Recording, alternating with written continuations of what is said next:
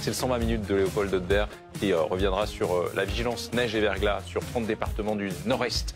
Ce soir, bonne soirée à tous sur BFM TV.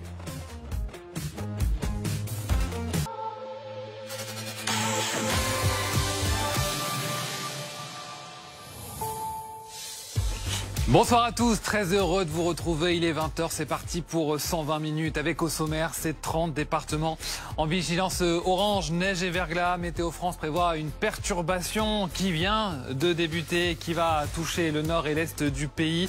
Attention si vous prenez la route, avec cet avertissement aussi lancé par Bison Futé, les conditions de circulation pourront être délicates. Qui n'a pas un souvenir avec Marineland, à l'exception des plus jeunes? Il faut dire que sa fréquentation a chuté ces dernières années. Évolution des mentalités aussi face à ces animaux enfermés. Le plus grand parc aquatique d'Europe ferme définitivement ses portes demain. Mais que vont devenir les orques et tous les autres? Impossible de les lâcher dans cette nature qu'ils n'ont jamais connue. Et puis on vous parlera de ces missiles américains lancés depuis l'Ukraine sur la Russie. Moscou dit les avoir interceptés, mais ce mode d'attaque constitue une ligne rouge dans ce conflit, selon le Kremlin qui promet des représailles sur l'Ukraine. Vladimir Poutine qui vient de fêter ses 25 ans à la tête de la Russie, c'était il y a quelques jours. Ces liaisons parfois dangereuses avec les présidents français, c'est tout l'objet de cette enquête. Ligne rouge à retrouver à 20h50.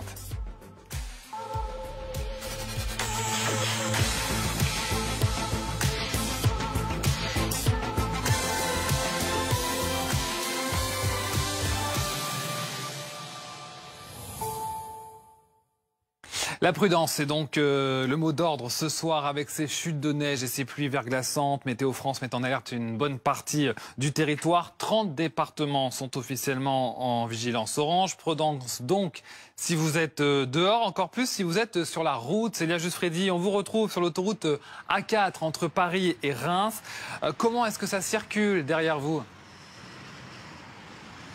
Alors pour le moment ça circule très bien, même si je puis dire. Regardez, les voitures roulent de façon très correcte. Alors pourtant ça fait à peu près 1 heure qu'il y a une pluie un peu verglaçante sur l'aire d'autoroute où on se trouve, et vous pouvez déjà l'apercevoir ici sur le sol avec des petites billes comme ça, on dirait un peu de la grêle, mais ça glisse vraiment. Alors si j'arrive à me déplacer justement sans glisser, ça serait le comble. On peut voir sur ce pare-brise qu'il y a quand même énormément de cristaux de cette pluie verglaçante qui fait que le sol est très glissant, et cela devrait continuer encore un petit peu, même si l'intensité de cette pluie est moindre qu'il y a 1 heure. Météo France parle d'un épisode bref mais intense qui doit se produire plusieurs heures sur des endroits très précis. Ici, on attend normalement cette pluie dans l'est de l'Île-de-France jusqu'à 21h, 22h maximum. Pour le moment, il fait encore très froid. Il fait 2 degrés là où nous nous trouvons. Mais normalement, demain,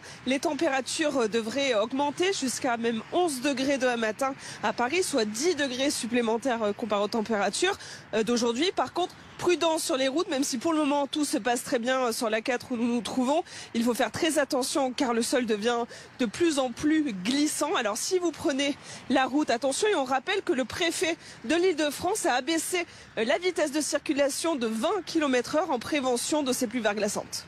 Merci beaucoup Célia Justfredi avec Fontine Danzer, donc en direct pour BFM TV. Il y a donc ces appels à la prudence lancés par Météo France, mais ceux aussi lancés par Bison Futé. Les services de voirie en tout cas font leur maximum pour préparer le terrain, tant sur la route que sur les trottoirs. Anthony Ferry, Margot Sève.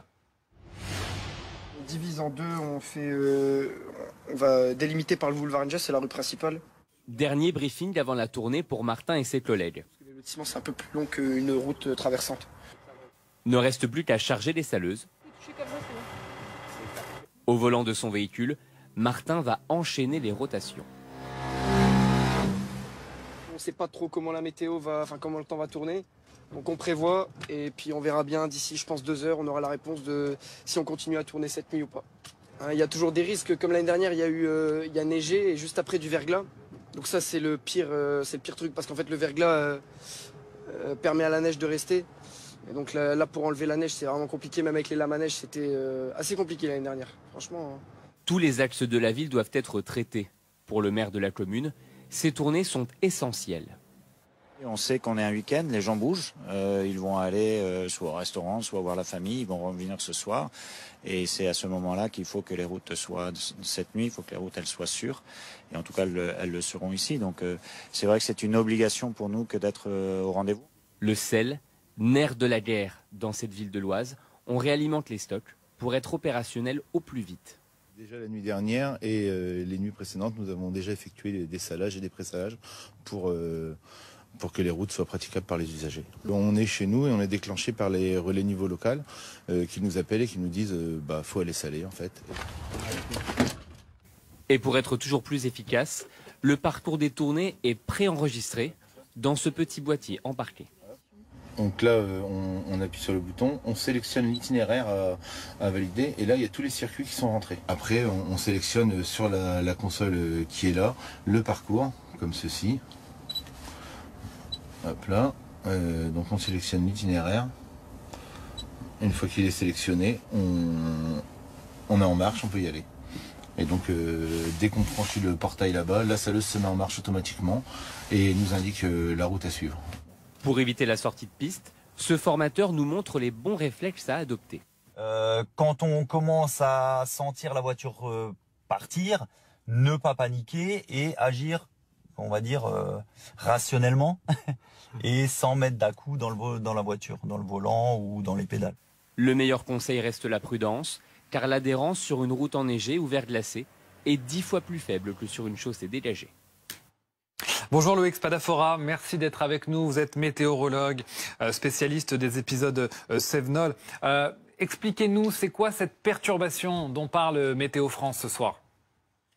Bonsoir, écoutez, c'est un conflit de masse d'air. On a en fait une perturbation qui remonte dans un flux de sud-ouest sur le nord du pays.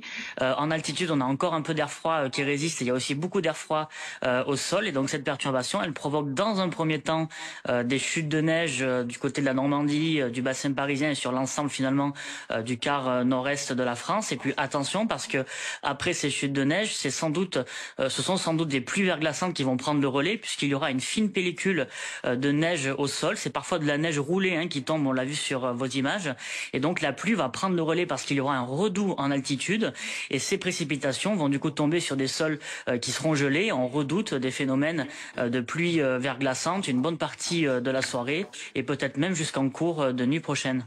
Alors restez avec nous, on va tout de suite se rendre dans le nord, du côté de Wasquehal, retrouver Vincent Vieillard, notre correspondant. La nuit est tombée et la tournée se prépare pour les agents, l'heure est au dessalement.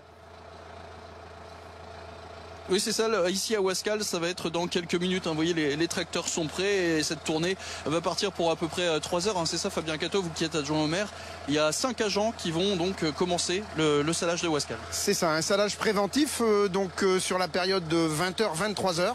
L'objectif pour la municipalité, c'est de conserver nos axes principaux qui desservent tous les quartiers circulables, avec vigilance, pour les services de secours, pour la sûreté publique, pour desservir nos résidences seniors qui sont des points vulnérables aussi, et pour le monde économique, parce que demain matin, il y a des gens qui vont probablement aller travailler, des Wascaliens, il faut qu'ils puissent y aller. C'est des points stratégiques donc qui sont ciblés ce soir. Pourquoi avoir attendu? Pourquoi le faire maintenant à 20h? Il y a des communes qui le font plus tôt, il y a des communes qui le font plus tard. Pourquoi vous avez choisi cette heure de 20h?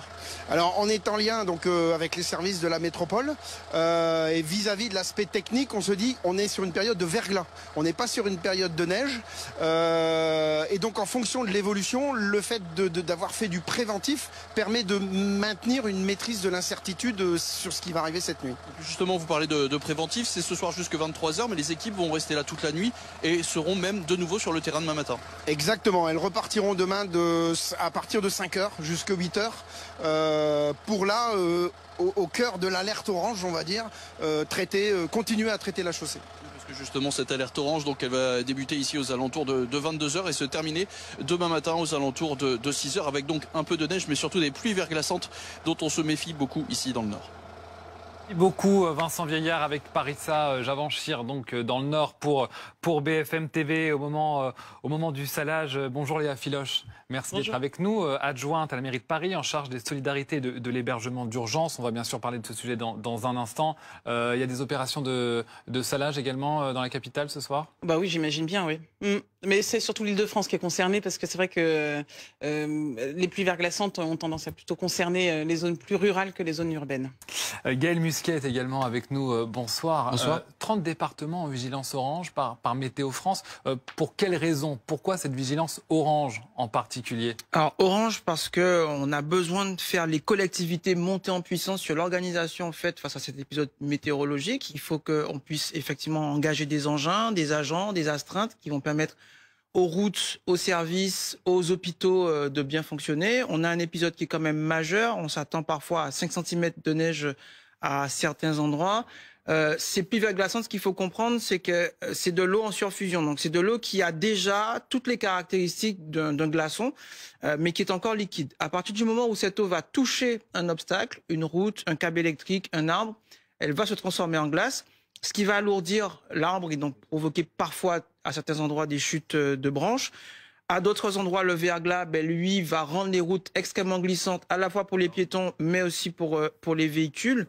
Et cette pluie verglaçante, malheureusement, elle n'est pas forcément visible quand on roule. C'est très important quand on se sent en danger, là, ce soir, jusqu'à 6 heures du matin dans certains départements, de s'arrêter, si vous devez prendre la route dans les prochaines minutes, prochaines heures, sachant que l'épisode a déjà commencé depuis 18 heures. On a des axes aujourd'hui qui sont déjà extrêmement glissants, notamment dans l'heure où j'habite. J'ai pris mes dispositions, par exemple, pour pouvoir dormir dehors ce soir. Enfin, dehors, dans ma voiture et ou ici dans la rédaction. J'ai de quoi me chauffer, de quoi être à l'abri. Si jamais je ne pouvais pas rentrer ce soir. Donc, grande vigilance. Prenez de quoi vous chauffer. Vous êtes prêt à dormir à Oui, j'aime sortir de ma zone de confort, mais ce qu'il faut avoir en tête, c'est qu'on est effectivement dans un temps où on a des rentrées de vacances, on a des personnes encore sur la route et que l'objectif souvent, c'est malgré la fatigue et le risque de rentrer à tout prix. Si vous ne le sentez pas, arrêtez-vous, mettez-vous sur une aire de service, une aire d'autoroute pour pouvoir reprendre la route demain. Vaut mieux arriver plus tard entier, sans blessure et sans accident que ne pas arriver du tout. C'est la grande inquiétude ce soir, en effet, la vigilance pour les automobilistes. Alors il y a désormais 28 départements qui sont en vigilance orange. l'Eure-et-Loir et l'Orne sont sortis de ces vigilances. Loïc Spadafora, comment est-ce que ça va évoluer d'ailleurs tout au long de la soirée, tout au long de la nuit, peut-être encore demain? Oui, effectivement. Alors en fait, on a excusez-moi, je suis dans le noir. On a une perturbation qui remonte dans un flux de sud-ouest et comme je vous le disais il y a quelques instants, l'air froid qui est présent en altitude va petit à petit être chassé et donc ce sont des pluies qui vont prendre le relais après les chutes de neige et ces pluies, elles vont tomber sur des sols qui sont gelés, sur des sols qui sont parfois enneigés et on redoute la formation d'une pellicule de verglas localement et ça devrait aller mieux plutôt en deuxième partie de nuit prochaine et ce dimanche ça sera carrément la pluie qui aura pris le relais à toute altitude et sur l'ensemble du territoire. Donc le phénomène vraiment est particulièrement à surveiller ce soir et jusqu'en milieu, voire fin de nuit prochaine. Bonjour lieutenant-colonel Frédéric Arrault, merci d'être également avec nous ce soir pour suivre la situation. Vous êtes porte-parole de la sécurité civile. Qu'est-ce qui peut rendre justement cette situation particulièrement dangereuse sur les routes ? Bonsoir. Donc effectivement, une situation un peu compliquée sur l'Île-de-France et les départements placés en vigilance. Avant tout, ce qui peut rendre qui peut donner des difficultés finalement, c'est les intempéries et les gens qui vont quand même se déplacer. Les consignes sont très claires au niveau préfectoral de limiter les déplacements pour éviter de s'exposer inutilement. Et donc, si chacun suit les consignes et ne se déplace pas inutilement, ça permettra de limiter le nombre d'accidents. On a déjà des accidents qui se sont produits, notamment dans le Doubs. À l'heure actuelle, plusieurs accidents, dont un plutôt sérieux. Donc éviter de s'exposer inutilement pour éviter ces interventions qui pourraient être évitées. Un accident plutôt sérieux, vous nous dites, dans le Doubs. À quel moment arrive le danger ? Alors le danger arrive dès la survenue de ces pluies verglaçantes qui vont faire que les freinages vont être allongés et la visibilité va être moindre. Et donc on va voir ces accidents qui peuvent rapidement se compliquer sur les axes rapides avec le risque de suraccident et c'est une réaction en chaîne. Donc éviter ces déplacements-là et puis laisser la place aussi aux secours qui doivent se déplacer et circuler pour pouvoir opérer. Et si on n'a vraiment pas le choix que de prendre la route, qu'est-ce qu'on doit faire? C'est quoi les bons réflexes à avoir, le bon comportement à avoir au volant?